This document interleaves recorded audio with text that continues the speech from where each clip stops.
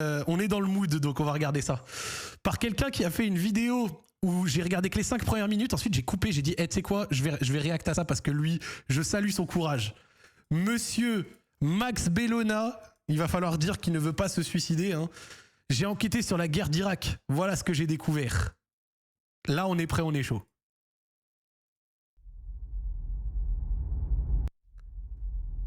On va regarder ça.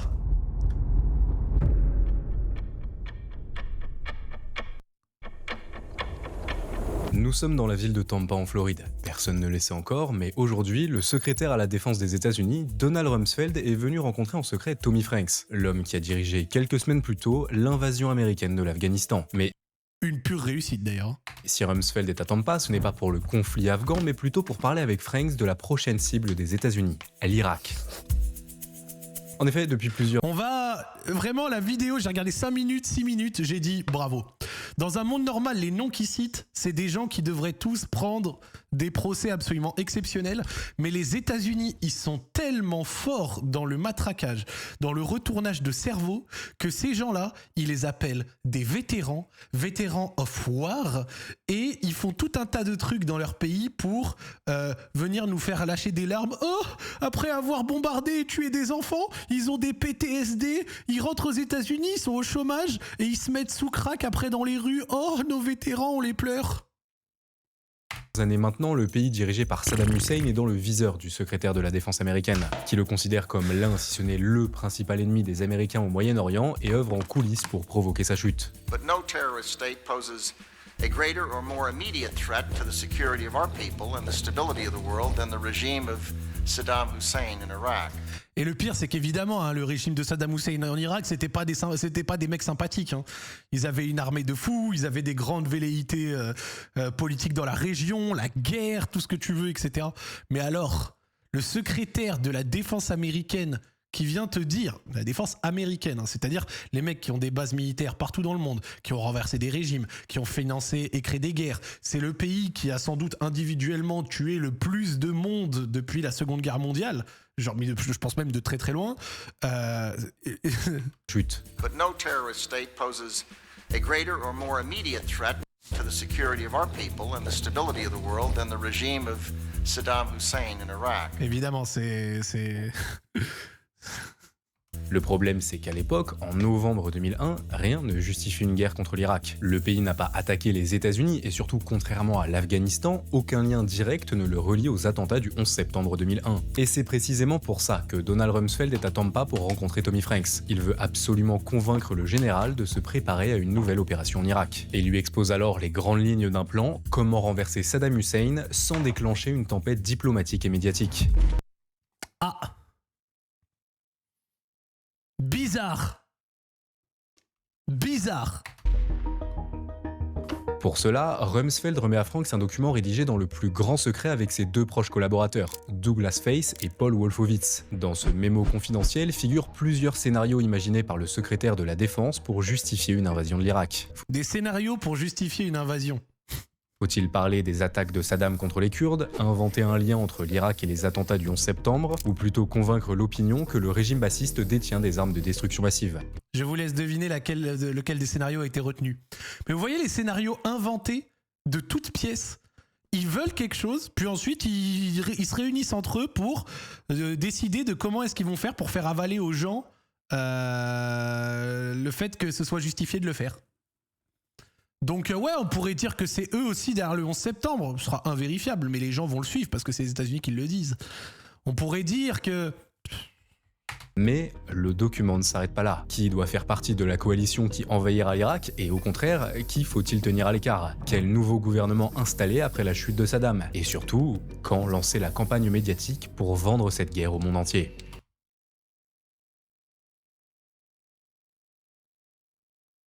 Mais c'est eux les gentils du monde, hein, oubliez pas. Hein. Les États-Unis, ce sont les gentils, c'est la démocratie, c'est le free speech, c'est cool quoi. C'est sympa. C'est le The American Dream, McDonald's, l'oncle Sam. Iraq continues to flaunt its hostility toward America and to support terror. So yes, there are contacts between Iraq and Al-Qaeda. Once Saddam has nuclear weapons, the terror network will have nuclear weapons. Oh, c'est qui? C'est qui? Oh!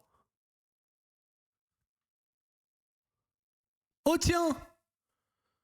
Oh tiens!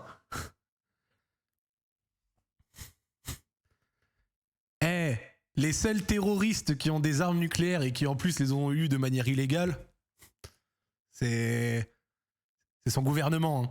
Doing nothing is no longer an option. He has aggressively sought to acquire chemical, biological, and nuclear weapons. You can't distinguish between Al-Qaeda and Saddam when he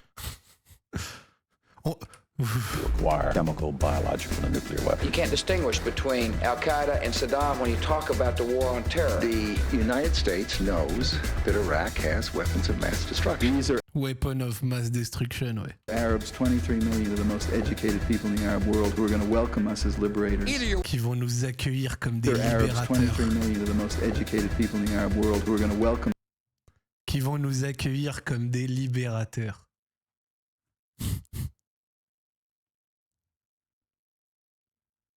us as Vous vous rendez compte de ça?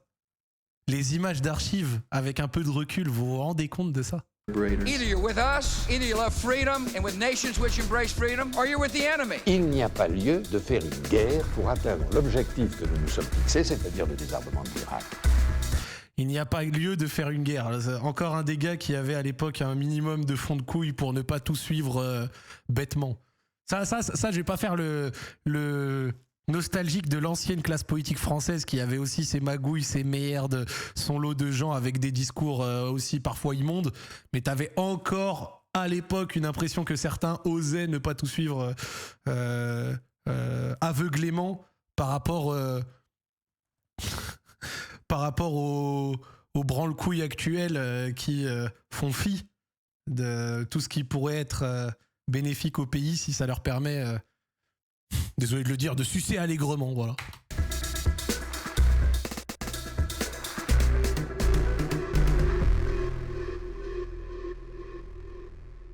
Mais avant de découvrir comment le gouvernement américain a vendu la guerre en Irak au monde entier, il faut que je vous parle de quelque chose d'autre qui est... Ça, pause. Vous comprenez, quand j'ai regardé les 2 premières minutes et que j'ai écouté sous ça, j'ai dit mais le frérot nous balance un lot de factos, c'est exceptionnel. Et surtout, je vais vous dire un truc, genre là où ça marche, c'est que les gens, genre, tu sais, une partie du peuple américain et même des gens en Occident, ils se rendent même pas compte, genre, du lavage de cerveau complet que ça représente. L'autre jour, j'étais sur Reddit et j'avais trouvé ça hyper intéressant. J'étais sur Reddit. Donc Reddit, un public très anglophone du monde entier, beaucoup occidental. Il n'y a pas que des occidents sur Reddit, mais quand même une majorité. Et il y avait un thread sur un subreddit où le subreddit, c'était quoi? C'était « Quel est, selon vous, le pays qui ne se fait pas assez critiquer pour ses actions dans le monde ?»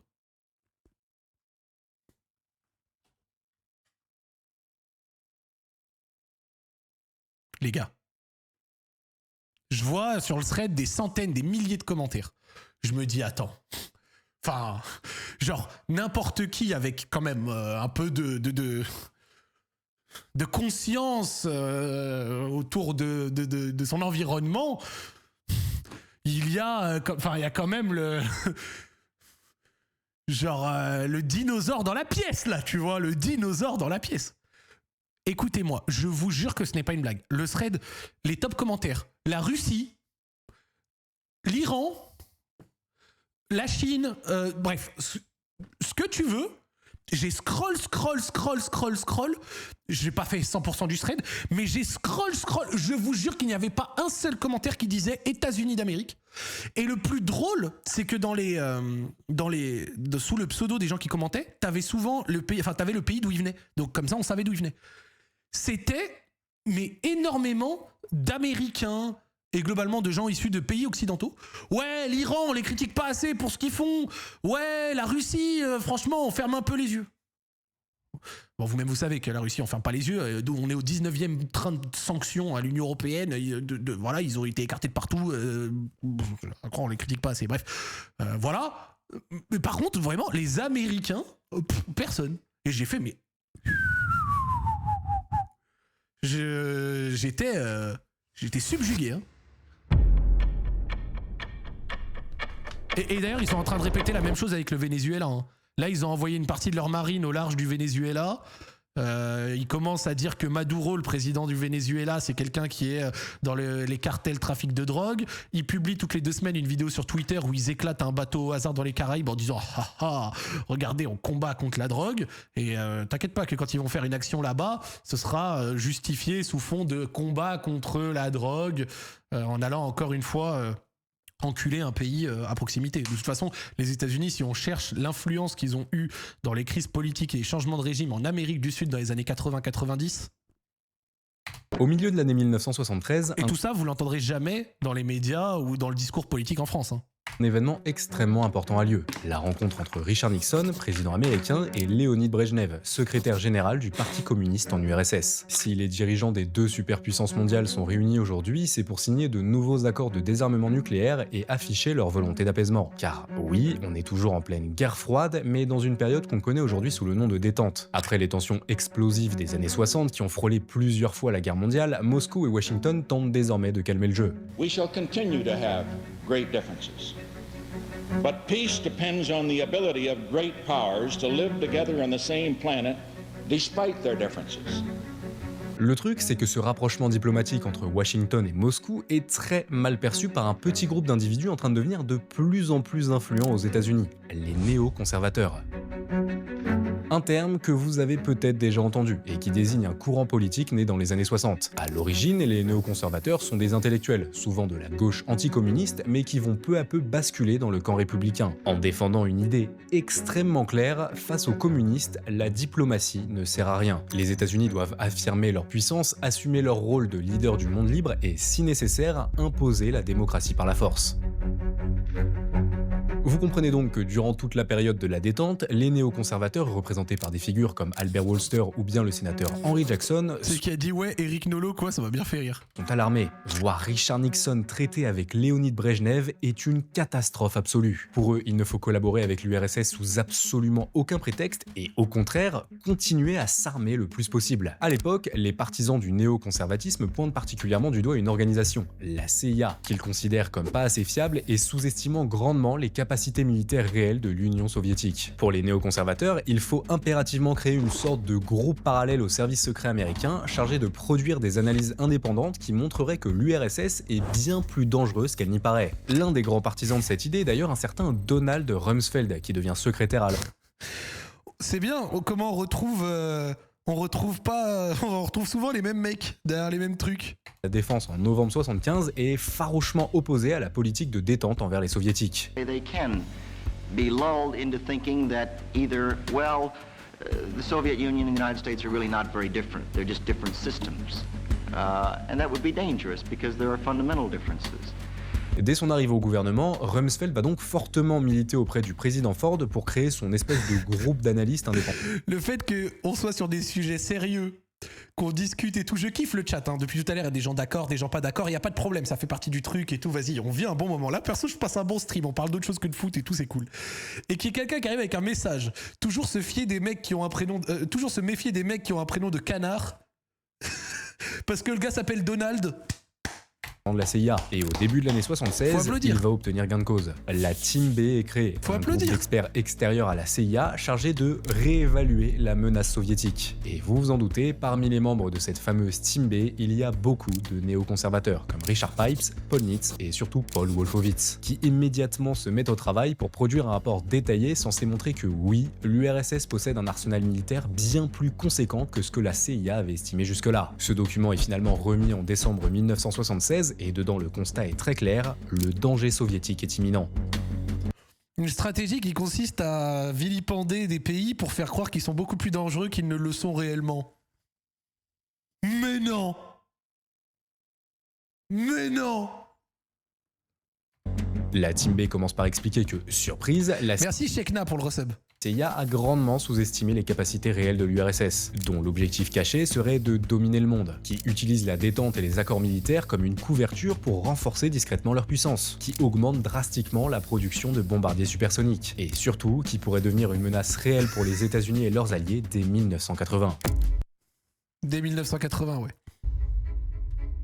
Bref, ce rapport de la Team B est très clair. Les États-Unis et la CIA ont grandement sous-estimé l'URSS qui se sert de la détente pour développer son arsenal militaire et pourrait même devenir une vraie menace d'ici quelques années. Et ce constat sans appel de la Team B va vite être partagé et massivement repris par le CPD, Committee on the Present Danger, un think tank néo-conservateur qui lui aussi défend l'idée que la menace soviétique est sous-évaluée et qu'il faut impérativement que les États-Unis se réveillent. Reprenant les conclusions du rapport de la Team B, le CPD va pendant des années adopter un ton apocalyptique, publier des études avec des titres comme Is America Becoming Number 2 et utiliser la presse pour faire infuser ses idées dans l'opinion publique. Regardez la propagande et surtout, retenez quelque chose là-dedans. Retenez quelque chose là-dedans, et il vient de le dire, Max. Le rôle de la presse. Le rôle de la presse, qui n'ont fait que de relayer. En France, c'est pareil. Et je ne critique pas 100% de la presse. Il y a de la presse indépendante qui fait des rapports très intéressants. Il y en a certains qui sont spécialisés dans des trucs, c'est cool et tout ça. Il n'y a pas de souci. Mais globalement, les médias mainstream, ce sont des porte-voix. Ils prennent le truc et ils le relaient tel quel, sans aucune vérification, sans aucun effort de réflexion, de critique. C'est dramatique. C'est dramatique. Mais c'est vraiment en 1980, avec l'arrivée au pouvoir de Ronald Reagan, que les thèses défendues par la Team B et le CPD vont réellement entrer à la Maison-Blanche. D'abord juste parce que Reagan lui-même est un membre du CPD, mais surtout parce qu'il s'entoure dans son gouvernement de figures centrales du courant néoconservateur, comme Paul Wolfowitz, Richard Perle ou encore Paul Nitz, tous convaincus que la seule manière de gagner la guerre froide, c'est de l'intensifier. Dès son arrivée au pouvoir, Reagan applique donc cette vision. Il lance la désormais célèbre doctrine Reagan, augmente fortement le budget militaire américain et surtout décrit l'URSS comme le mal absolu. Ils sont le foyer du mal dans le monde moderne.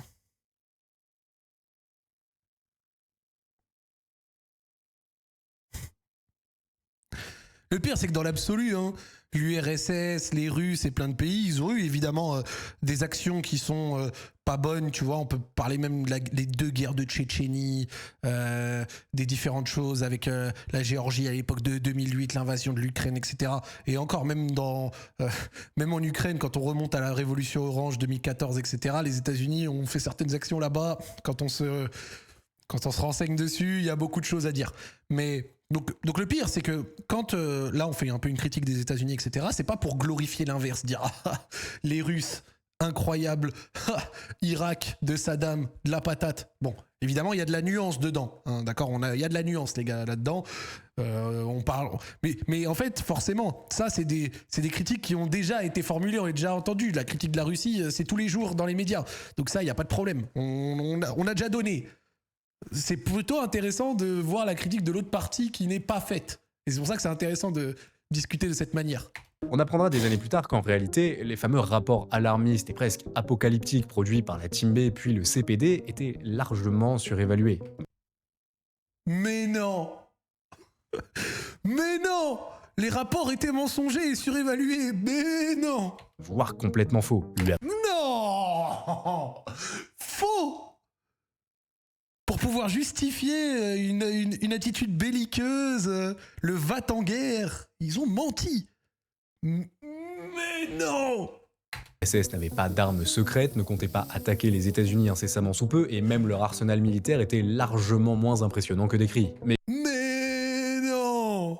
Et pour les néoconservateurs, qu'importe que leurs estimations se soient révélées inexactes. Pour eux, leur objectif est atteint. Avec Reagan, les États-Unis se sont massivement réarmés et l'opinion publique considère à nouveau l'URSS comme la menace absolue. Et même mieux... Et voilà. Le public, ça y est, il donne son approbation à n'importe quelle mesure qu'ils ont envie de donner. Et derrière, les rapports sont faux. Des gens l'entendent, mais souvent trop tard. Et ça ne change rien au fond qui, en réalité, a été réalisé, quoi. La fabrique de l'opinion. La fabrique de l'opinion, les mecs. Les néoconservateurs viennent de trouver la recette parfaite pour influencer la politique étrangère des États-Unis. Créer des groupes d'experts parallèles aux services secrets américains, diffuser leurs idées via des think tanks puissants, se servir de la presse pour influencer l'opinion publique et enfin avoir des membres influents au gouvernement pour pouvoir agir directement. Et personne ne s'en doutait à l'époque, mais c'est exactement cette méthode qui sera réutilisée 20 ans plus tard par les mêmes personnes pour débuter la guerre en Irak. Bizarre. Kuwait is liberated. Iraq's army is defeated. Our military objectives are met. Fin février 91, le président américain George H.W. Bush s'adresse à la nation pour annoncer une nouvelle extrêmement importante. La guerre est finie, le Koweït est libéré. En effet, quelques mois plus tôt, en août, ce petit pays du Golfe Persique avait été envahi par son voisin, l'Irak, dirigé par un sulfureux dictateur, Saddam Hussein. Suite à cette invasion, une gigantesque coalition internationale avait été mise sur pied, dirigée par les États-Unis, et en février 91, l'opération Tempête du désert est lancée. En quelques semaines, le Koweït est libéré et l'Irak de Saddam subit une véritable humiliation militaire. Mais ce qui nous intéresse, nous, dans ce qu'on appelle aujourd'hui la guerre du Golfe, c'est pas tant le conflit en soi, mais plutôt ce qu'il va se passer après. Car une fois la guerre finie, contrairement à ce qu'on aurait pu penser, Saddam Hussein n'est pas renversé et garde le pouvoir en Irak. Alors plusieurs raisons expliquent ce choix, notamment le fait qu'à l'époque, l'ONU avait autorisé la coalition à libérer le Koweït et à entrer en guerre, mais sûrement pas à envahir l'Irak. Ou bien également que les États-Unis craignaient de ne pas réussir à capturer Saddam Hussein s'ils décidaient de le destituer. Mais surtout, après la guerre du Golfe, les Américains sont presque convaincus que le régime de Saddam va finir par s'effondrer sur lui-même et que ce n'est qu'une question de temps avant que le dictateur irakien ne soit chassé du pouvoir. Mais c'était l'époque où l'ONU prenait encore certaines mesures pour aller défendre certains pays qui se faisaient envahir ou alors coloniser. Vous connaissez les Américains. Même si après la guerre du Golfe, ils pensent que Saddam va se faire renverser par son peuple, ils peuvent pas résister à l'idée de donner un petit coup de pouce au destin. Dès le printemps 91, dans la plus grande discrétion, le gouvernement américain va commencer à faire quelque chose dont il a l'habitude, financer secrètement des groupes d'opposants à Saddam pour accélérer de l'intérieur la chute du dictateur. Pour mener à bien ce projet, les services secrets américains font appel au Rendon Group, une société de relations publiques qui va être chargée de mener des opérations de propagande contre le régime d'Hussein et surtout de créer de toutes pièces une opposition crédible aux dirigeants irakiens. Créer une opposition de toutes pièces et créer une opposition crédible.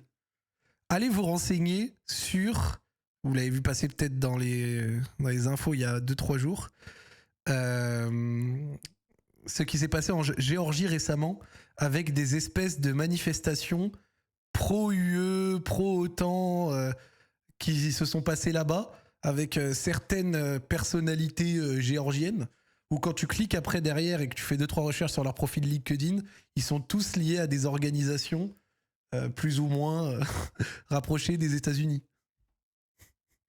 Genre, vraiment les gars, c'est une folie. C'est une folie comment les méthodes il y a 30-40 ans fonctionnent toujours, ou en tout cas sont perpétuées dans le temps, quoi. En 1992, pour mener à bien cette mission, le Rendon Group décide donc de créer le Congrès national irakien, ou CNI, une sorte de coalition hétéroclite de plusieurs groupes opposés à Saddam qui vont avoir... Eika, on se suit sans accord. On se suit en vrai sur Twitter. Je pourrais l'avoir peut-être à un moment. Pour objectif de renverser le régime du dictateur irakien, sous supervision bien entendu des États-Unis. Et à la tête du CNI, le Rendon Group va décider de placer cet homme, Ahmed Chalabi. Un escroc, littéralement. Un escroc responsable quelques années plus tôt de la faillite de l'une des plus grandes banques jordaniennes et qui fut condamné par contumace à 22 ans de prison pour fraude bancaire. Mais malgré ça, les services secrets américains et le Rendon Group ne vont pas hésiter à faire de Chalabi le chef du CNI et à lui fournir des millions de dollars chaque année pour l'aider dans sa quête de renverser Saddam. Donner des millions de dollars à des gens douteux. Ou alors récupérer les millions de dollars chez des gens douteux, comme dans le cadre du procès Sarkozy, où ces derniers sont allés collaborer avec un Libyen qui est accusé d'avoir eu un rôle important dans l'avion et l'attentat qui avait eu lieu il y a des dizaines d'années, qui avait tué 50 Français à l'intérieur. Puis après, ces mêmes viennent fanfaronner, après avoir récupéré le pouvoir et des millions, pour te faire des meetings politiques où ils te disent « Eh ben, s'il y a de la viande à la cantine, on ne proposera pas d'alternative, ils prendront double ration de frites. » Ceux qui ont la rêve de ça, vous-même vous savez. L'escroc va se montrer assez efficace, du moins sur le papier. Il structure le CNI, organise des rencontres avec plusieurs opposants de Saddam, notamment des chefs kurdes, et en 93, il met sur pied un plan ambitieux, The Endgame. Le but, provoquer une rébellion de chiites au sud de l'Irak et de Kurdes au nord afin de provoquer le chaos dans le pays et renverser Saddam. Et en 1995, ce plan va être mis à exécution, et une tentative de coup d'état menée par Chalabi avec le soutien de la CIA est officiellement lancée. Sauf que ce sera un gigantesque fiasco. Saddam découvrira le complot et suite à cet échec cuisant, les services secrets américains vont décider de prendre leur distance avec le chef du CNI, jugé comme peu fiable et contraint de s'exiler. Sauf que, si à ce moment-là, donc en 95, Ahmed Chalabi est tombé en disgrâce aux yeux de la CIA et du gouvernement américain, il y a un petit groupe d'individus qui lui, au contraire, continue de soutenir activement le chef du CNI. Et ces individus, ce sont nos fameux néoconservateurs. En effet, ces derniers font partie de la catégorie de personnes qui pensent que Bush aurait dû utiliser la force pour renverser Saddam après la guerre du Golfe, et que laisser le dictateur irakien au pouvoir est une erreur gravissime. Surtout que, dans l'esprit des néoconservateurs, maintenant que l'URSS est tombée, les États-Unis sont la seule puissance mondiale dominante et ils doivent s'atteler à renverser tous les pays hostiles à leur idéologie. En 1992, Paul Wolfowitz, qui est alors sous-secrétaire à la politique de défense, rédige d'ailleurs un rapport secret dans lequel on peut lire ceci. Le troisième objectif est d'empêcher toute puissance hostile de dominer une région cruciale pour nos intérêts, et ainsi de renforcer les obstacles de réémergence d'une menace mondiale pour les intérêts des États-Unis. En tout cas, ce qui est bien, c'est que dans ce qu'on lit là, c'est pas trop... comment dire ? C'est pas trop prédateur comme mode de pensée. Les intérêts des États-Unis et les intérêts globaux des États-Unis à l'autre bout du monde. Les Américains, ils sont en Amérique et on est en train de parler de défense de leurs intérêts, mort de gens, déstabilisation de plein de trucs à des dizaines de milliers de kilomètres de leur territoire. Alors évidemment, les grandes puissances ont toujours œuvré dans le monde entier et tout, mais on se rend compte du délire quand tu prends juste un petit peu le truc. Les États-Unis, c'est en Amérique. Et ces gens-là étaient des prédateurs à des dizaines de milliers de kilomètres de chez eux. Et toute cette attitude et ce qu'on est en train de voir a donné la mort de millions de gens. Mais on se rend compte de ça ou pas ? Traduction, tout régime pouvant nuire à l'hégémonie américaine doit être renversé. Et dans le viseur de Wolfowitz se trouve bien évidemment Saddam Hussein. Wolfowitz et tous les noms qu'on lit là, enfin, qu'on entend là actuellement, mais frère, dans un monde normal qui tournerait bien, la justice ne serait pas tendre avec eux pour rester gentil dans mes paroles. Après, je sais que tout le monde n'y croit pas, mais on peut toujours aussi se dire qu'il y a un autre type de justice qui interviendra peut-être après la vie. Chacun voit midi à sa porte. C'est pour cela que même après l'échec du coup d'état de 95 mené par Chalabi, les néoconservateurs, contrairement au reste du renseignement américain, restent proches du chef du CNI. Pour eux, il représente l'avenir de l'Irak et ferait pourquoi pas un futur président parfait à même de soutenir les intérêts américains au Moyen-Orient. Mais pour autant, les néoconservateurs ne sont pas dupes. Voilà plusieurs années que la guerre du Golfe a pris fin, Saddam est toujours au pouvoir et l'idée d'un renversement par le seul CNI sans aide militaire extérieure relève désormais de l'utopie. Alors, les néoconservateurs décident de passer à la vitesse supérieure et vont, au fil des années, militer pour que les États-Unis ainsi que leurs alliés interviennent plus directement pour favoriser un changement de régime en Irak. Dès 96, Richard Pearl rédige par exemple A Clean Break, A New Strategy for Securing the Realm. Regardez-moi tous ces va-t-en-guerre. Là, c'est une suite de noms et de gens qui ont milité pour la guerre, qui ont milité pour des morts, qui ont milité pour des dingueries. Et je dis ça, le pire, encore une fois, c'est pas sans défendre le régime de Saddam qui a fait des dingueries, qui était un régime, pareil, prédateur, qui a tué des gens, qui était pas bon. Hein. Mais là, eux, c'est plus global et ça se perpétue dans le temps et partout dans le monde et ça invente même des choses.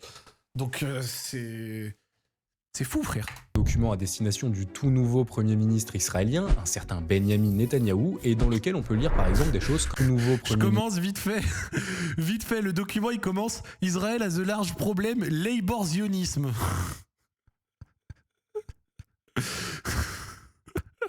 Ministre israélien, un certain Benjamin Netanyahou, et dans lequel on peut lire par exemple des choses comme « Israël peut déterminer son espace stratégique en coopération avec la Turquie et la Jordanie, en affaiblissant, en contenant et même en repoussant la Syrie. Cet effort peut se traduire par le renversement de Saddam Hussein en Irak. » Puis, en 1997, les néoconservateurs fondent le PNAC, Project for the New American Century, un think tank qui rappelle fortement le feu CPD et qui compte parmi ses membres des personnes comme Donald Rumsfeld, Paul Wolfowitz ou encore Dick Cheney. Officiellement, le but du PNAC, c'est de promouvoir... Ça parle déjà sur toi sur Twitter, Twitch Gauchiste a déjà préparé le tweet, qu'est-ce qui se passe? Attendez un instant, hop, non c'est bon. Putain déjà le leadership mondial des États-Unis. Mais en réalité, ce think tank va surtout permettre aux néoconservateurs de faire avancer tout doucement leur grand projet, le renversement de Saddam. Et le PNAC a d'ailleurs trouvé un prétexte parfait pour justifier le fait qu'il fallait impérativement intervenir en Irak, les armes de destruction massive ou ADM.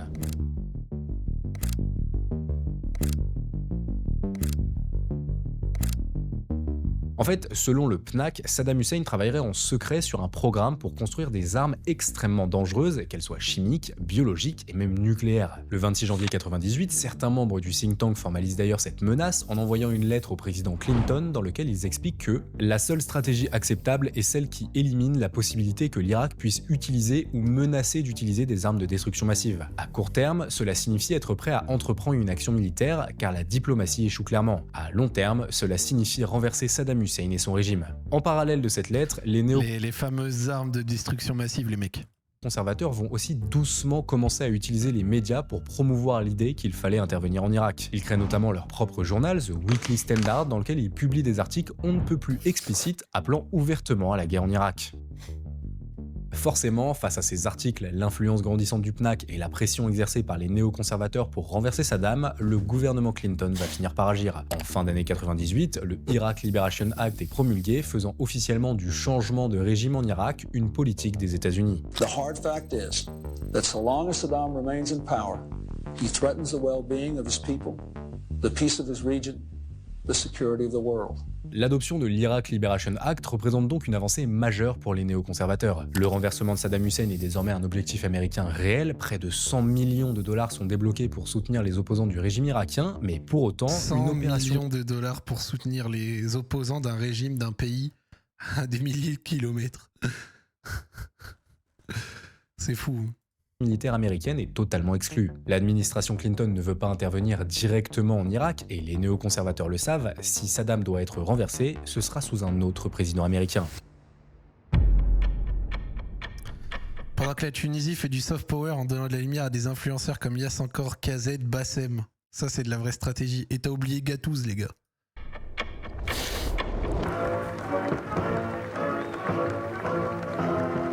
Le 20 janvier 2001, au terme de l'élection présidentielle la plus serrée et controversée de l'histoire, George W. Bush devient le nouveau chef d'État américain. Celui qui était encore un novice en politique il y a 6 ans hérite alors du titre d'homme le plus puissant de la planète. Enfin en réalité, pas exactement. Je veux dire, oui, c'est bien George Bush qui prend la tête des États-Unis en 2001, mais dans les faits, pendant ses 2 mandats à la Maison-Blanche, celui qui tiendra vraiment les rênes du pays, c'est cet homme, le vice-président Dick Cheney.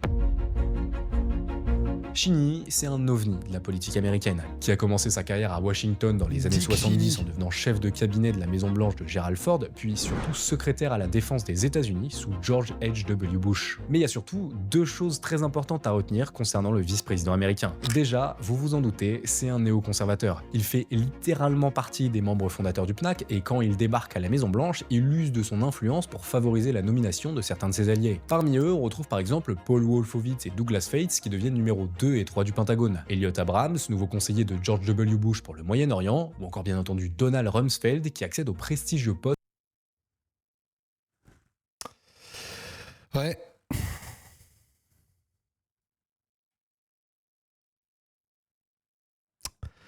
Les amis, si je vous disais mon avis sur ce que méritent ces personnes, il y aurait des termes pas très reluisants qui sortiraient. De secrétaire à la défense des États-Unis. So when President Bush came to power, all those people who were advocating, supporting us, came to power with him. Mais surtout, la seconde chose extrêmement importante à savoir concernant Dick Cheney, c'est qu'il fut de 1995 à 2000 le PDG d'Haliburton, une multinationale pétrolière présente dans une 60aine de pays. Putain, moi je pensais juste qu'il jouait bien au basket, frère. Autrement dit, le vice-président américain est un spécialiste de l'or noir et quand il arrive à la Maison-Blanche, il se donne comme mission principale de sécuriser l'indépendance énergétique des États-Unis. Quelques jours à peine après l'investiture de Bush, Cheney crée notamment une commission, la National Energy Policy Development Group, dont le but officiel était de développer une politique énergétique nationale pour les États-Unis. Mais en réalité, le NEPD était une couverture. Stop te lisser politiquement, frérot. Ça fait 1h40, on est en stream. J'ai passé 45 minutes de mixtape à parler de souverainisme, d'Union Européenne et tout. Je pense que je me suis plus mouillé que 98% des streamers de Twitch. Hein. Avec un lot de facts et d'opinions qui, en France, représentent un poids politique total d'un candidat à peut-être 1,2%. Hein. Les candidats souverainistes en France, 50 votes en gros. Mes opinions à chier, on représente personne, frère. Initialement, on parlait d'indépendance énergétique pour les US, mais en coulisses, Cheney a utilisé la commission pour se concentrer sur un sujet bien précis, l'Irak. Dès le début de l'année 2001, des documents internes de la commission montrent d'ailleurs déjà des cartes détaillées des champs pétroliers d'Irakiens et la liste des compagnies étrangères présentes sur place. Ajoutez à cela le fait que pendant de longues semaines, le vice-président américain va discrètement rencontrer plusieurs dirigeants de grosses compagnies pétrolières comme ExxonMobil ou Shell, comme pour préparer le terrain en identifiant comment redistribuer le pétrole irakien une fois Saddam renversé. Il commençait déjà à se donner les parts du gâteau, mon gars. Quand George W. Bush débarque à la Maison-Blanche, vous l'avez compris, le projet de destituer Hussein devient de plus en plus concret. D'un côté, on a les néoconservateurs comme Wolfowitz ou Rumsfeld qui occupent désormais des postes importants au sein du gouvernement américain et qui, depuis qu'ils sont arrivés au pouvoir, intensifient leur campagne idéologique pour renverser Saddam. Dans son livre Price of Loyalty, le secrétaire au Trésor de Bush, Paul O'Neill, explique d'ailleurs que dès le 30 janvier 2001, 10 jours après l'investiture du président, une réunion est organisée dont le thème central est l'Irak. Et de l'autre côté, on a maintenant Dick Cheney, lui aussi néoconservateur, lui aussi favorable à un changement des régimes en Irak. Mais sa motivation principale n'est pas seulement la crainte des ADM, pour lui l'enjeu central c'est le pétrole irakien et l'avantage stratégique qu'il représente. Autrement dit, comme souvent, idéologie et intérêt économique se rejoignent. Il ne restait plus aux néoconservateurs qu'à trouver un prétexte pour passer à l'action, et ce prétexte va arriver quelques mois plus tard, servi sur un plateau en argent. Allez, envoyez-nous le prétexte. Ah. Good evening. Today, our fellow citizens, our way of life, our very freedom came under attack in a series of deliberate and deadly terrorist acts. Le 11 septembre 2001, l'Amérique est attaquée sur son propre territoire. 2 Boeing 767 foncent dans les tours jumelles du World Trade Center, tandis qu'un 3e avion s'écrase dans le Pentagone. C'est l'attaque terroriste la plus meurtrière de tous les temps, et pour le peuple américain, le 11 septembre 2001 est l'un des jours les plus sombres de leur histoire. C'est le moment où il faut que Joël Postbad vienne discuter un peu. Enfin, pour presque tous les Américains. Car quand les attaques du 11 septembre ont lieu, les néoconservateurs du gouvernement Bush voient ce qui est en train de se passer comme une opportunité unique pour enfin réaliser leurs rêves qu'ils poursuivent depuis près de 10 ans. Les néoconservateurs voient une attaque terroriste comme une opportunité rêvée de pouvoir réaliser ce qu'ils voulaient faire. Renverser Saddam Hussein. Et pour cause, dites-vous que 5 heures seulement après les attaques, et alors que le chaos le plus total règne encore aux États-Unis, Donald Rumsfeld ordonne à la défense de commencer à préparer des plans d'invasion militaire. Il demande notamment si Saddam Hussein pourrait être visé en même temps qu'Oussama Ben Laden, exhortant à une approche massive qui balaye tout, autant les choses liées au 11 septembre que celles qui ne le sont pas. Mais le pire, tu vois, c'est que moi, je suis même pas dans l'axe ouais, le 11 septembre c'était un complot, c'était fait exprès, etc. Franchement, même pour être honnête, j'en sais rien. Mais le fait que ces gens-là le voient comme une opportunité pour assouvir ce qu'ils voulaient faire depuis des années, ce qu'ils préparaient, on va dire publiquement depuis des années, t'es obligé de secouer la tête, frère. T'es obligé de secouer la tête. C'est même pas pour dire c'est une coïncidence, mais t'es obligé de secouer la tête, frère. C'est une horreur. Quelques heures plus tard, c'est George Bush lui-même qui prend la parole à la télévision américaine et prononce cette phrase lourde de sens: « Nous ne ferons aucune distinction entre les terroristes qui ont commis ces actes et ceux qui les abritent ». Même si dans ce discours, le président américain ne cite pas explicitement l'Irak, en coulisses, Bush est convaincu que le régime de Saddam se cache d'une manière ou d'une autre derrière le 11 septembre et cherche désormais simplement des éléments pouvant appuyer cette certitude. Le 12 septembre, le président va notamment demander au coordinateur de la lutte antiterroriste, Richard Clark, de trouver des liens entre l'Irak et Al-Qaïda. The president dragged me into a room with a couple of other people, shut the door, and said, I want you to find whether Iraq did this. Now, he never said, make it up, but The entire conversation left me in absolutely no doubt that George Bush wanted me to come back with a report that said Iraq did this. Le lendemain de cette entrevue entre Bush et Clark, donc le 13 septembre, c'est Rumsfeld qui envoie un mémo à l'armée américaine. C'est même dingue que face caméra, le mec il vienne et il t'avoue ça banal, tu vois. C'est dingue. Et leur donne 72 heures pour esquisser un plan visant à s'emparer et à contrôler les champs pétrolifères du sud de l'Irak. Quelques jours plus tard, le 10 visant à Rumsfeld qui envoie un mémo à l'armée américaine et leur donne 72 heures pour esquisser un plan visant à s'emparer et à contrôler les champs pétrolifères du sud de l'Irak. Et 2 jours plus tard, 2 jours après le 11 septembre, ça demande à l'armée de préparer un plan pour choper des champs pétroliers en Irak. 2 jours plus tard, gros. 2 jours plus tard. Encore une fois, hein, ma reine, c'est même pas de dire que le 11 septembre c'est un complot ou quoi, c'est même pas le sujet. Mais quand tu vois ça, frère, comment ne pas... Quelques jours plus tard, le 19 septembre, le vice-président Dick Cheney charge le directeur de la CIA d'enquêter sur les possibles liens entre... l'US n'est pas une dictature, il a le droit de dire ce qu'il a à dire. Ah ouais ? T'es sûr ? T'es sûr ? Parce que ces derniers mois, aux US, des tonnes de personnes qui avaient pourtant des papiers et qui étaient totalement en règle se sont fait expulser du pays pour des avis politiques. Donc t'es sûr qu'on a le droit de dire ce qu'on a à dire ? Ou alors on a le droit de dire ce qu'on a à dire tant que ça ne dérange pas ?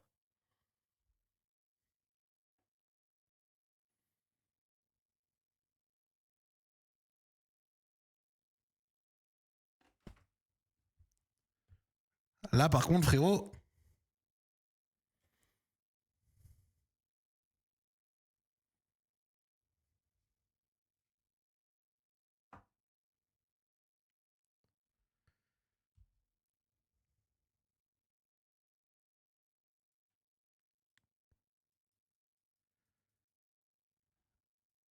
J'attends pour ceux qui ont la pub. Merci Johari pour le resub.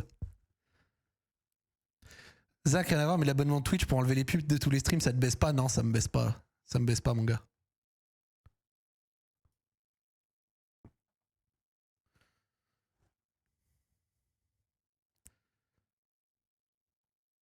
C'est bon, pub terminée, all good.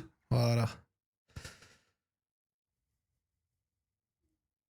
Mohamed Atta, l'un des terroristes responsables du 11 septembre, et le régime irakien. Pour appuyer sa demande, Cheney explique posséder un rapport des services secrets tchèques dans lequel on peut lire que Atta a rencontré à Prague en 2001 l'un des hauts dirigeants de l'Irak. Le problème, c'est qu'en réalité, il n'existe pas de lien entre le régime de Saddam Hussein et les attaques du 11 septembre. Et ça, on le sait assez rapidement. Par exemple, dès le 21... Le message de Gata dans le chat, tu es fou. Lisez-le, mais tu es fou. En septembre, le directeur de la CIA retourne voir Cheney et lui explique que son rapport tchèque sur Mohamed Atta est sans doute faux. Et il n'existe pas de preuve que le terroriste ait rencontré un membre du gouvernement irakien à Prague. Pareil pour les autres terroristes impliqués dans le 11 septembre. À chaque fois, la CIA va enquêter en profondeur pour essayer de voir s'il existait des liens entre les membres d'Al-Qaïda et Saddam Hussein. Et à chaque fois, elle ne va rien trouver. Mais assez étrangement, quand les services secrets américains envoient leur rapport à Washington pour leur transmettre ces informations, on leur répond toujours la même chose. Mauvaise réponse. Report. We sent the report out to CIA and down to FBI and said, will you sign this report? They all cleared the report and we sent it up to the president and it got bounced by the National Security Advisor or her deputy. It got bounced and sent back saying, wrong answer. Come on. Do it again. Car la réalité, c'est qu'à ce moment-là, les néoconservateurs et le gouvernement Bush ont déjà pris la décision d'intervenir en Irak. Ils ne veulent que des éléments et des rapports allant dans leur sens et prouvant que le régime de Saddam est un État terroriste qui a des liens avec Al-Qaïda et bien entendu qui construit des armes de destruction massive. Et si les preuves manquent, peu importe. Il suffit de fabriquer un récit, une histoire, de lancer une propagande médiatique massive pour convaincre les Américains que la guerre en Irak est inévitable. Après... C'est tellement fou, frère. Je cite passage et ça parle de complot pour le 11 septembre. Renseignez-vous, un bon prof de relations internationales dégommerait chaque argument complotiste en moins d'1 heure. Je peux l'affirmer pour l'avoir vécu directement.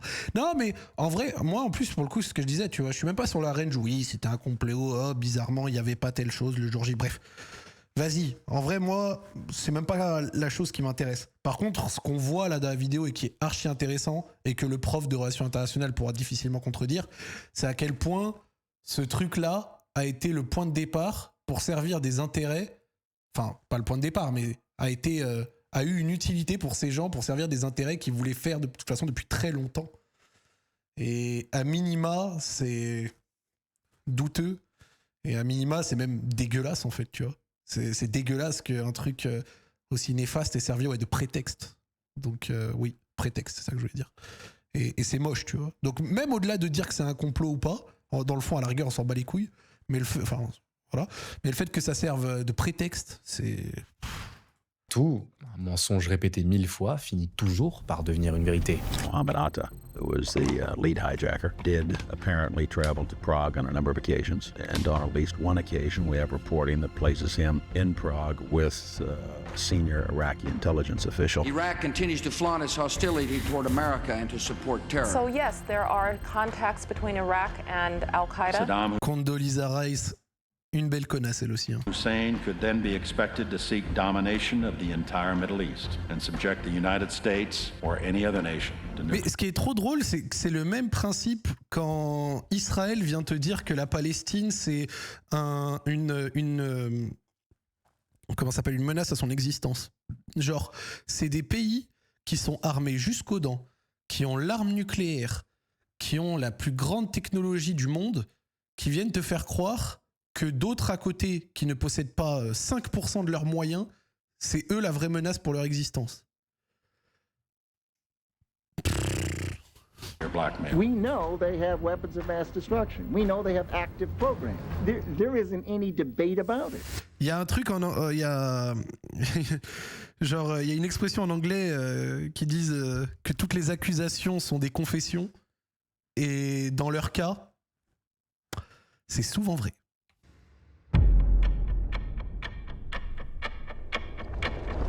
À l'été 2002, Richard Dearlove, le chef des renseignements extérieurs britanniques, se rend aux États-Unis pour rencontrer son homologue à la CIA, un certain George Tenet. L'objet de leur discussion, l'Irak bien évidemment. Après sa rencontre avec Tenet, Dearlove rentre à Londres et organise une entrevue avec le Premier ministre britannique, Tony Blair, pour lui faire un compte-rendu. Rien de cette entrevue n'était censé être rendu public. D'ailleurs, en parlant de Tony Blair, c'est pas un nom qui est revenu récemment dans l'actualité ?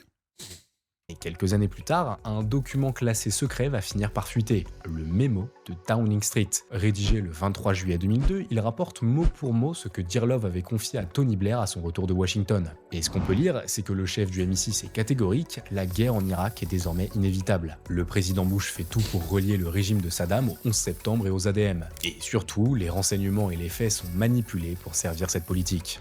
Les renseignements et les faits sont manipulés pour servir cette politique.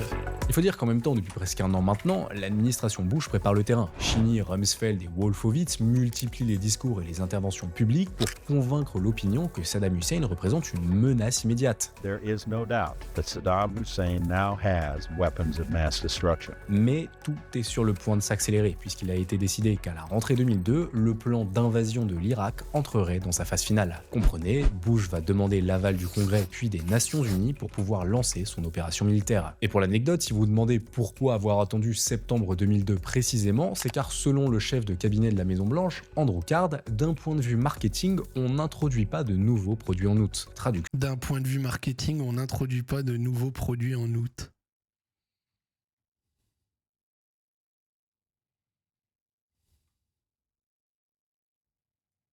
La guerre est un produit comme les autres et il faut attendre le bon moment pour la promouvoir. Et autant vous dire qu'en termes de promotion, le gouvernement Bush et les néoconservateurs vont pas y aller de main morte. Puisque quelques jours à peine après la rentrée, Cheney affirme devant le comité des affaires étrangères du Sénat que Saddam Hussein est en train d'essayer d'acheter du yellow cake au Niger, soit du concentré d'uranium. Le vice-président américain présente même un document top secret pour appuyer ses propos, et pour Cheney c'est donc clair, l'Irak s'apprête à posséder une bombe nucléaire, l'arme de destruction massive par excellence. The only weapon of mass destruction that truly is a weapon of mass destruction is a nuclear weapon. Chemical weapons and biological weapons are battlefield weapons, but a nuclear weapon is a society-altering weapon. Le problème, c'est que toute cette histoire est fausse, et le document de Cheney ne vaut rien. Et les non, c'est faux.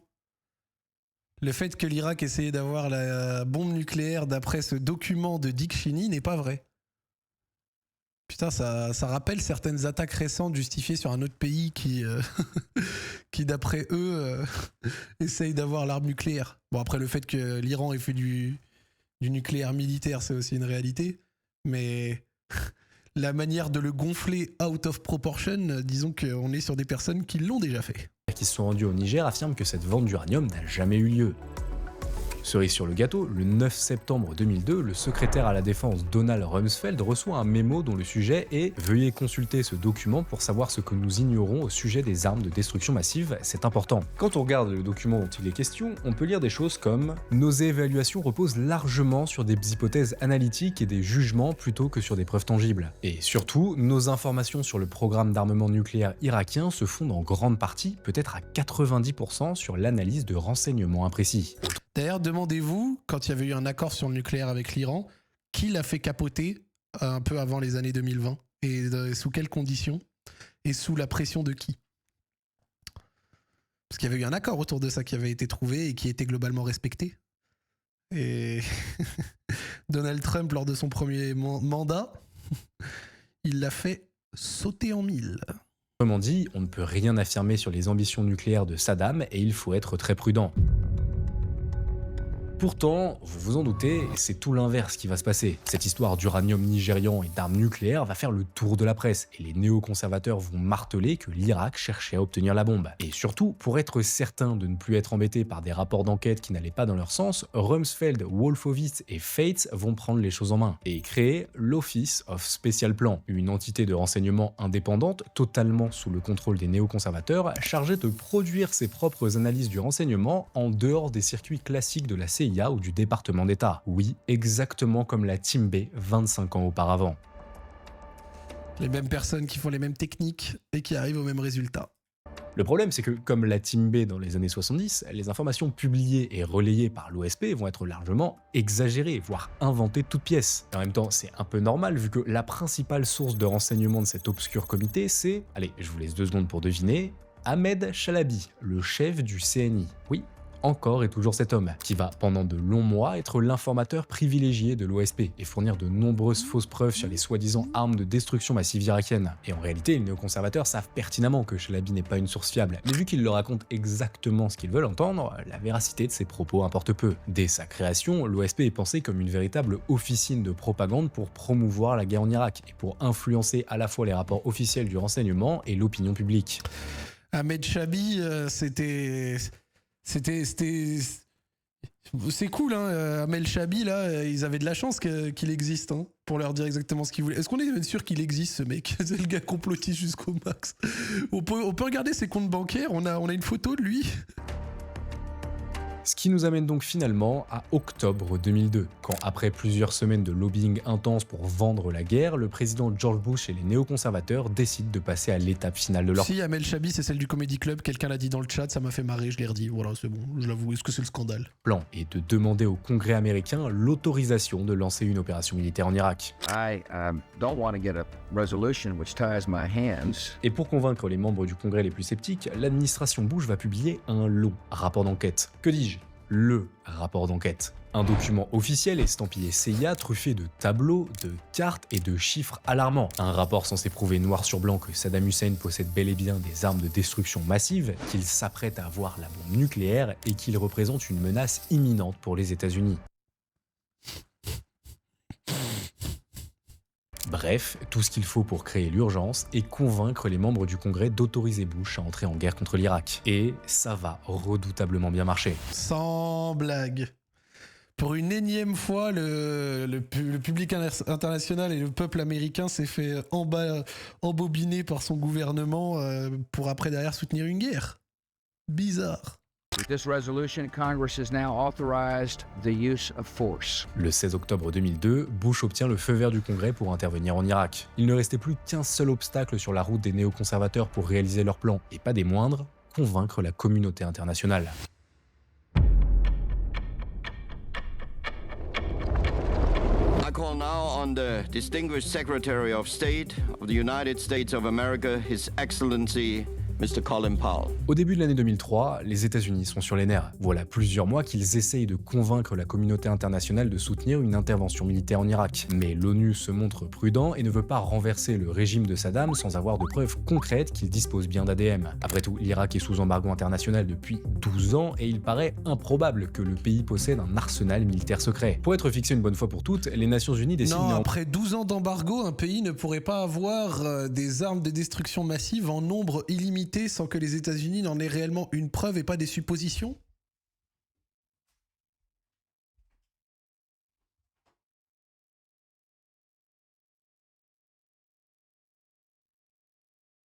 suite à l'adoption de la résolution 1441, d'envoyer des inspecteurs. Et du coup, d'ailleurs, l'embargo, c'est quelque chose qu'on est capable de faire quand un pays fait quelque chose qui ne plaît à personne et qui est grave. On peut faire ça ?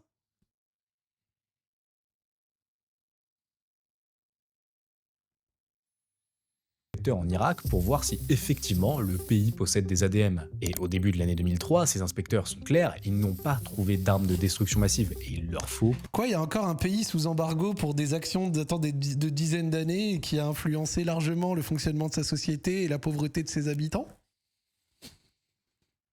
Un pays placé dans les Caraïbes ? Et qui est encore sous ça ? Par les gardiens de la paix ?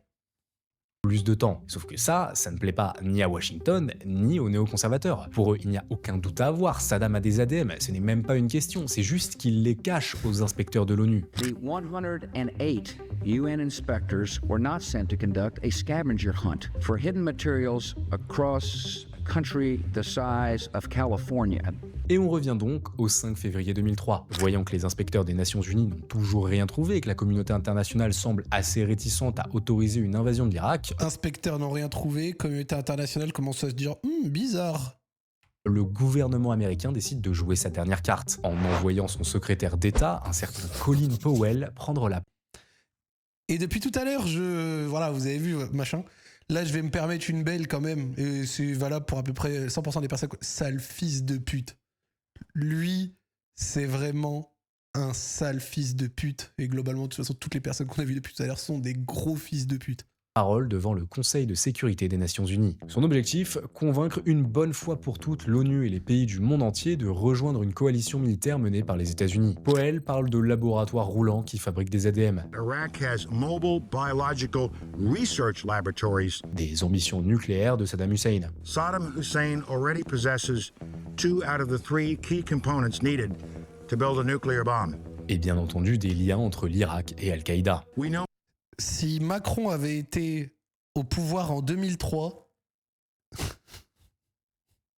Members of both organizations met repeatedly and have met at least 8 times at very senior levels since the early 1990s. Mais surtout, lors de son allocution, Colin Powell va faire quelque chose qui va marquer durablement les esprits. Il sort, devant le Conseil de sécurité de l'ONU, un petit flacon transparent censé contenir de l'anthrax, et affirme que Saddam Hussein développe cette substance comme arme de guerre. Iraq declared 8,500 liters of anthrax, but UNSCOM estimates that Saddam Hussein could have produced 25,000 liters.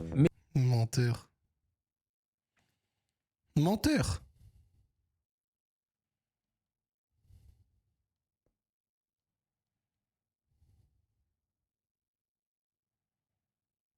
Menteur.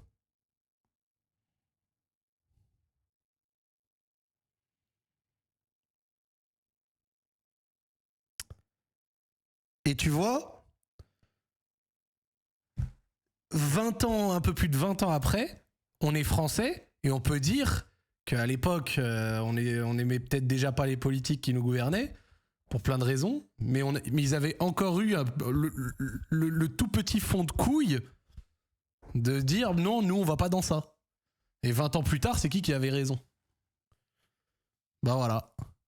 Malgré ce discours très offensif de Powell, la communauté internationale n'est pas vraiment convaincue par les arguments des Américains. Hormis les Britanniques qui depuis des mois suivent aveuglément leur allié, de nombreux pays sont sceptiques devant la nécessité d'une invasion militaire en Irak. Et parmi eux, il y en a un qui va se montrer particulièrement virulent face à l'attitude va-t-en-guerre des États-Unis. Un pays habituellement aligné sur Washington mais qui, à ce moment-là, s'oppose à une guerre en Irak et menace même d'utiliser son droit de veto au Conseil de sécurité de l'ONU. Et ce pays, c'est la France. Il y a 10 jours, le secrétaire d'État américain, M. Powell, a évoqué des liens supposés entre Al-Qaïda et le régime de Bagdad. En l'état actuel de nos recherches et informations menées en liaison avec nos alliés, rien ne nous permet d'établir de tels liens. Quelles que soient les circonstances, la France votera non parce qu'elle considère qu'il n'y a pas lieu de faire une guerre pour atteindre l'objectif que nous nous sommes fixés, c'est-à-dire le désarmement de l'Irak. Les Américains comprennent donc qu'ils n'obtiendront pas l'aval de l'ONU pour leur guerre en Irak. Qu'à cela ne tienne, Washington n'a jamais eu besoin qu'on lui donne la permission pour pouvoir intervenir. Tout est prêt pour Et tu renverser. vois, 20 ans plus tard, est-ce que ça a empêché la guerre? Non. Mais à cette époque, ils avaient au moins la possibilité de pouvoir se regarder dans une glace et de dire on a dit non. Et ben c'est pareil maintenant. Avec ce qui se passe à Gaza et en Palestine, est-ce que la France à elle toute seule pourrait arrêter ça? Bah évidemment que non. Mais rien que le fait d'essayer de s'y opposer activement et le revendiquer, ce serait déjà une position exceptionnelle. Mais ce n'est pas le cas. Ce n'est pas le cas. La seule chose qui se passe, c'est les communiqués France Diplomatie. La France s'alarme de ce qui se passe à Gaza, encore des centaines d'enfants tués. La France n'est pas contente de telles exactions à nouveau commises. La France n'est pas... Voilà, genre c'est un pauvre communiqué qui fait pitié France Diplomatie. Et Macron qui fait le coq sur la reconnaissance de la Palestine tout en la conditionnant à des conditions immondes et en ne prenant aucune vraie action qui pourrait essayer de faire des différences.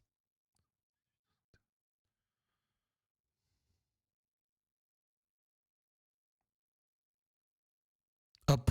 Merci Torino pour le Prime. Il n'est plus question de reculer. Les néoconservateurs sont aux anges, les grandes compagnies pétrolières sont sur le qui-vive pour exploiter le sous-sol irakien, et la majorité du peuple américain attend avec impatience la chute de celui qu'on présente toujours comme un responsable du 11 septembre. Le 17 mars 2003, le président George Bush prend la parole et adresse un ultimatum à Saddam Hussein. Il donne au dictateur 48 heures pour quitter le pays, faute de quoi une coalition militaire dirigée par les États-Unis interviendra en Irak. Sans surprise, Saddam ne répond pas favorablement à cet ordre, et 2 jours plus tard, une guerre fabriquée de toutes pièces depuis plus d'une décennie est finalement déclenchée.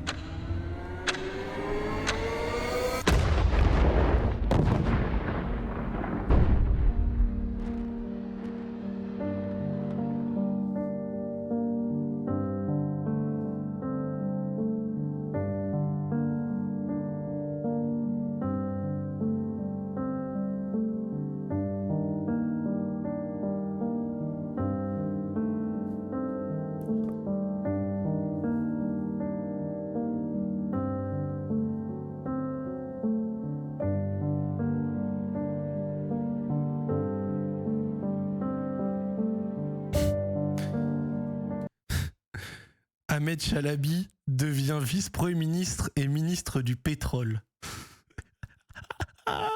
Vraiment, on n'aurait pas pu le faire mieux. On n'aurait pas pu le faire mieux. Ils ont réussi à foutre leur gava au ministre du pétrole. Mais le foutage de gueule! On vient de regarder 35 minutes de vidéo pour apprendre que l'opposant factice en Irak, qu'ils ont financé, à qui ils ont donné des sous, tout ce qu'ils ont fait pour qu'ils puissent après derrière essayer de créer une opposition à Saddam pour finalement lui prendre le pouvoir par la force, ce gars-là. Et encore là, il a été ministre du pétrole. Mais on préfère en rire. On préfère en rire.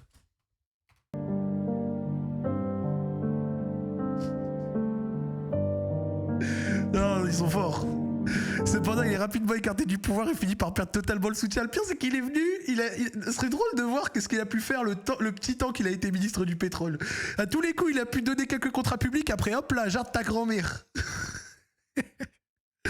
En 2015, quelques heures à peine après avoir témoigné pour le documentaire Intox, Irak, une véritable imposture, Chalabi meurt d'une crise cardiaque.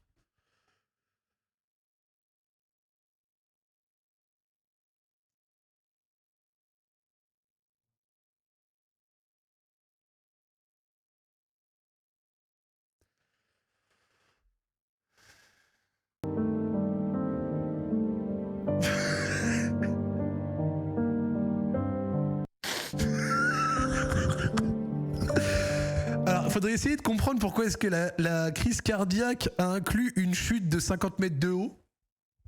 Mais ouais, un peu bizarre.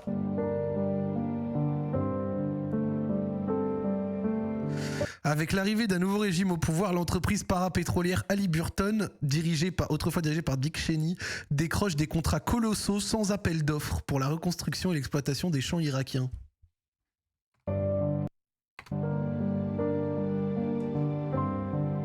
société sera plus tard pointée du doigt pour avoir surfacturé certains services coûtant plus d'$1 milliard aux contribuables américains.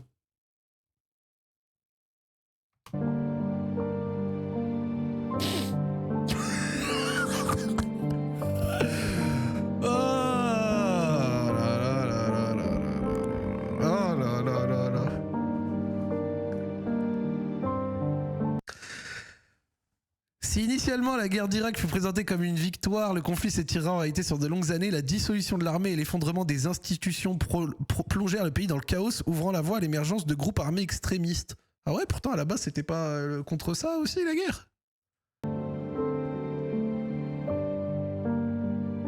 Parmi ces groupes, l'un d'eux se nomme Daesh. Non, les gars, faut faire une danse Fortnite. Faut... Non, les gars. Non, les gars. Non, les gars, au bout d'un moment, les gars, au bout d'un moment, faut... C'est n'importe quoi. Frère, c'est n'importe quoi. C'est n'importe quoi. Une guerre inventée qui fait tomber un régime qui n'aimait pas, mais qui faisait après des saloperies, hein, pour après, derrière, donner des contrats aux copains, éclater toute l'armée et le système politique d'un pays qui le plonge dans le chaos, et qui après, derrière, fait émerger des groupes de terroristes, chose qu'ils voulaient combattre à la base. Groupe de terroristes qui après, derrière, fera certaines des pires actions qu'on ait connues les 20 dernières années.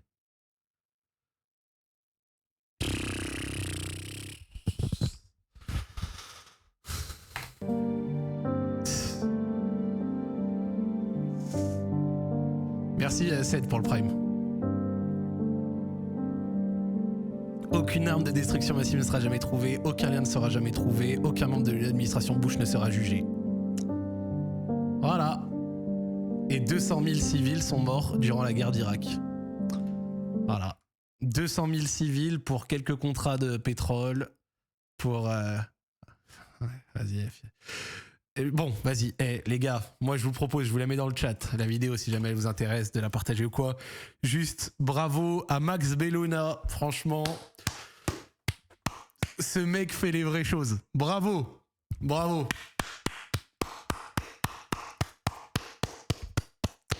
Bravo. Non, vraiment les couilles de faire une vidéo comme ça. Non, tout le chat, tout le monde, faut applaudir, frère. Les couilles de faire une vidéo comme ça et d'aller un tout petit peu contre les alliés politiques, les machins. Non, faut dire bravo. Non, il faut dire bravo. Ce mec maîtrise l'art des vidéos. Genre ça là, putain d'intéressant. Putain d'intéressant. Vraiment, on l'applaudit. Bravo.